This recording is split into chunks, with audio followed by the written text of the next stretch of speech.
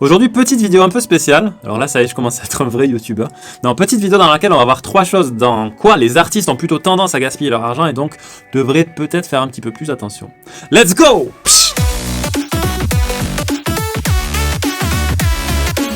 Salut YouTube, je m'appelle H, je suis DJ et producteur de musique électronique depuis 10 ans et sur ma chaîne on parle musique, on parle marketing et surtout comment appliquer ces techniques modernes de marketing digital à une carrière d'artiste musical. Donc si tout ça, ça vous intéresse et que c'est pas encore fait, vous pouvez vous abonner en cliquant sur le bouton juste en dessous de cette vidéo. Ah oui, restez bien jusqu'à la fin de la vidéo parce que pour moi la dernière chose c'est vraiment la pire qu'un artiste puisse faire dans la catégorie investissement pas rentable.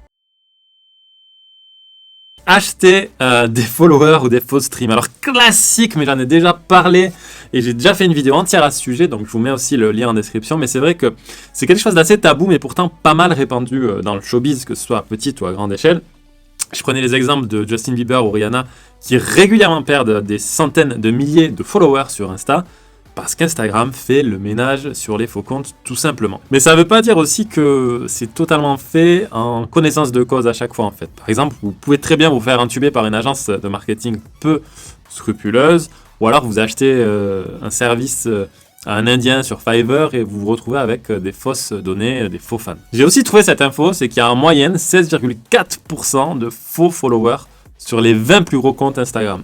Là, on parle de millions de robots. Donc voilà. Donc c'est vrai que ça peut exister, notamment au début de sa carrière, par peur de validation sociale, parce que de nos jours, on a tendance à beaucoup se comparer aux autres sur les réseaux sociaux.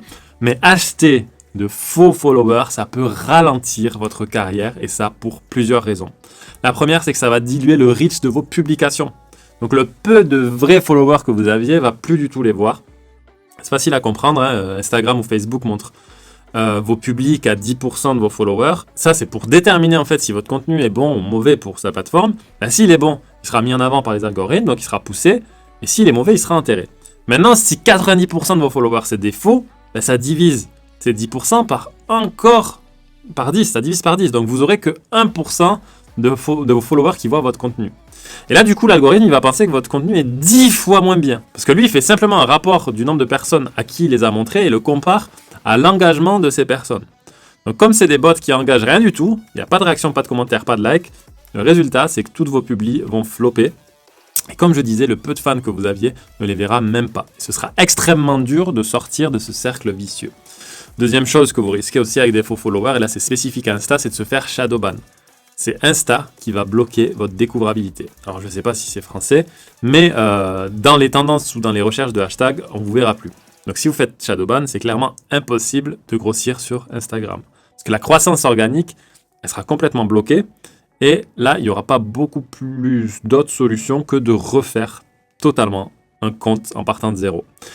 Troisième chose, et ça c'est déjà arrivé, si vous achetez de faux streams par exemple sur Spotify, vous aurez toujours cette petite chance de vous faire supprimer votre musique de la plateforme. Et franchement, vivre avec cette épée de Damoclès au-dessus de la tête, c'est un petit peu compliqué.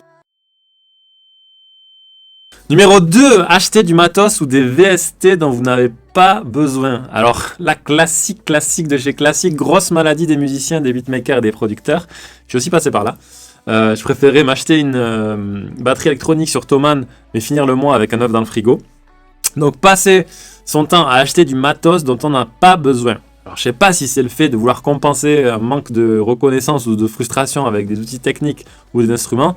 Mais moi, j'avais acheté des milliers d'euros de plugins, de synthé que j'utilise jamais. Parce qu'au final, j'utilise tout le temps les mêmes. Sur le coup, je pensais que ça allait changer ma vie, mais au final, j'étais toujours le même. Bref, on apprend à gérer ça avec le temps, je suppose. Mais ne tombez pas dans ce piège. La plupart du temps, vous avez largement de quoi faire avec ce que vous avez déjà. S'il y a vraiment un truc qui vous plaît ou que vous voulez, ou un plugin qui vous fait de l'œil, il y a forcément déjà des versions d'essai qui existent. Et au pire, vous pouvez toujours partager la licence avec un pote. Ou demander à votre pote directement de lui prêter sa licence.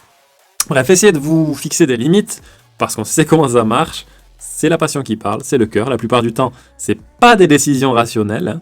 Une décision rationnelle, ce serait d'investir l'argent dans quelque chose qui va vous en rapporter directement. Dans un business, dans une plateforme où vous allez donner des cours par exemple, dans votre propre magasin en ligne, où vous allez vendre vos services, où vous allez vendre des choses, donc vous allez directement avoir un retour sur investissement. Dans votre carrière ou dans votre marketing, investissez en vous et non pas dans du matériel qui va juste flatter votre ego un court instant. Et troisième chose, et pas des moindres, c'est investir dans un gros clip vidéo. Alors on pourrait penser que, vu qu'on parle tout le temps d'avoir une musique de qualité, il en va de même pour votre clip vidéo. Mais c'est pas tout à fait la même chose. Surtout si vous êtes au début de votre carrière. Parce qu'il y a une chose qu'il va falloir prendre en compte, c'est votre nombre de vues potentielles et votre retour sur investissement. Si vous allez faire 100 vues, c'est de l'argent jeté par les fenêtres de faire un vrai clip. En fait, il va falloir commencer à investir dans ça quand il y aura déjà une petite audience, un petit potentiel. Les gros artistes, ils se permettent de faire ça parce qu'ils savent que les gens vont regarder et investir dans un clip, ce sera remboursé 10 fois.